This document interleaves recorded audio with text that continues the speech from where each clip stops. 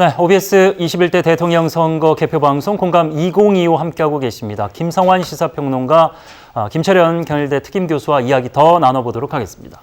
앞서서 저희가 그 김성환 평론가가 20대, 30대 얘기를 이준석 후보 얘기하면서 잠깐 해주셨으니까 이 부분을 좀 여쭤볼 텐데, 사실 그 젊은 세대 얘기하려면 저도 조금 속된 말을 좀 겁나기도 하고 네, 그런 게 있어요. 좀 이렇게 어디를 틀지 모르는 세대긴 한데, 이준석 후보가 그런 것들을 그러니까 지난 대선 때부터 잘 파고들고 이끌어왔다고 저는 보여지거든요. 그럼요. 제가 볼 때는 그 이준석 후보가 나름대로 그 이 젊은 세대, 그 MZ 세대는 잘 이익을 대변하고 있다고 보이거든요. 예.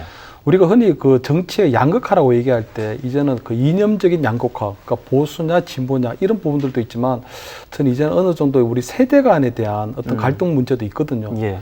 아무래도 그 이준석 후보 입장에서 볼 때는 우리가 중장년 세대가 있고 우리 청년 젊은 세대가 있는데, 아무래도 과거보다는 젊은 세대의 이익을 대변하지 않았던, 그러니까 과거에는 우리가 중장년 세대, 기성세대들이 무조건 오라면 끌려가는 그런 상황이었다면, 지금부터는 이준석 후보가 정확하게 이제는 2030의 목소리를 제대로 내야 된다는 그런 부분이 있거든요.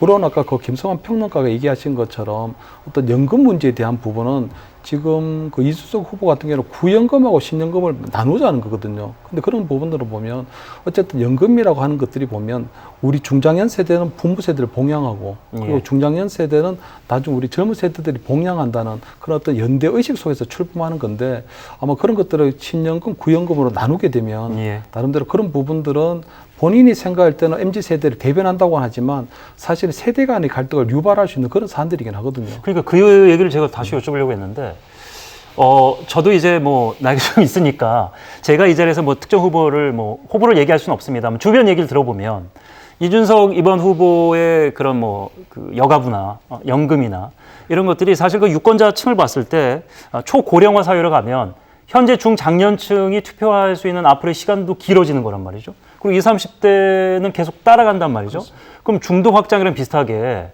확장성을 스스로가 제한하는 거 아니냐. 너무 이른 나이에. 어떻게 보세요? 그렇습니다. 그렇기 때문에 그 나름대로 그런 게 있죠. 그래서 연금뿐만 아니고 무임승차도 마찬가지인데, 지금 65세 이상 무임승차에 대해서도 폐지를 하고 그냥 뭐 1인당 한 10만 원 정도씩 주자는 그런 얘기를 했었거든요. 저는 문제 제기는 괜찮은데 그 솔루션에 대한 어프로치가 좀 틀렸다. 왜냐하면 지금 무임승차를 폐지하는 대신에 만약 10만 원씩 주게 되면 우리가 지금 노령 인구 1,000만 계산하면 한 1조 2천억 정도가 들어가거든요. 만약 1조 2천억 정도를 국비에서 지원할 것 같으면 한 6천억 원 정도는 떼서 서울, 경기, 인천에 재정적인 지원을 하고, 나머지 우리 소위 말해서 중소도시에 한 6천억 원 정도를 배정해주면 나름대로 그냥 무임승차에 대한 문제를 해결할 수 있는데도 불구하고 일단 약간 갈라치기 식으로 하는 부분이 있기 때문에 하는 그런 부분이 있었거든요. 하지만 저는 그 이준석 후보 이번에 대선 후보 나오면서 보면 나름대로 기성 정치권에서 또는 기성 제도권에서 시도하지 않았던 신선한 아이디어들도 굉장히 많았거든요. 그 중에 보면 아마 우리 국세인 법인세를 일부를 떼서 지방세로 전환한다는 게 있습니다. 그렇다면 아무래도 지금 우리가 지방하고 우리가 중앙이 균형이 깨진 부분에 있어 보면 지방에서 재원이 없거든요. 지방에서 나름대로 어떤 지방이 중앙하고 견줄 만한 재원이 없었는데, 아무래도 국세 법인세 일부 떼서 지방세로 준다거나, 또는 최저임금은 아무래도 서로 지역마다 물가가 틀리니 지역 우리 중소도시에서는 최저임금에 대해서는 좀 탄력적으로 적용하자 하는 이런 부분들은 기성 정치권이나 제도권에서 내놓지 않았던 부분이기 때문에 상당히 신선한 부분이 있지만, 나름대로 국민 통합적 관점에서 볼 때는 여전히 특정 세대만을 계속적으로 대변하는 부분이 있어서 그런 부분들은 앞으로 이준석 후보가 풀어나가야 될 나름대로 한계는 아닐까, 이렇게는 보입니다.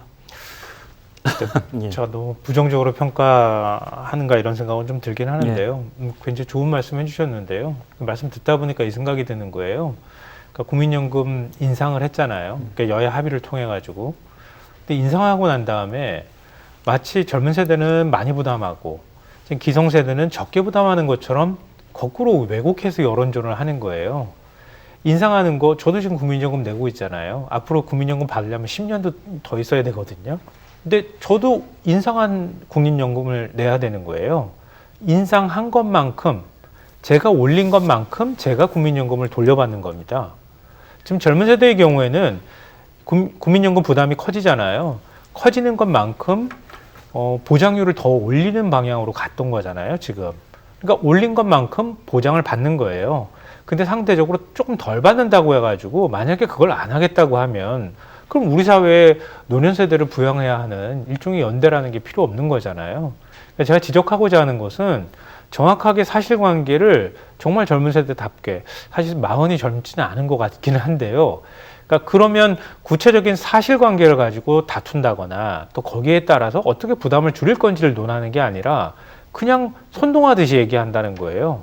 또 그 얘기에 일종의 기반이 된다고 하는 것이 특정 남초 커뮤니티라고 하는 그런 곳에서 얘기 나오는 네. 그 수준의 얘기들을 그대로 꺼내는 거, 좀 이런 태도들을 버려야, 그래야 다시 한번 뭔가 미래 세대로서의 주목을 받을 것이다, 이런 부분을 제가 지적했던 겁니다. 네.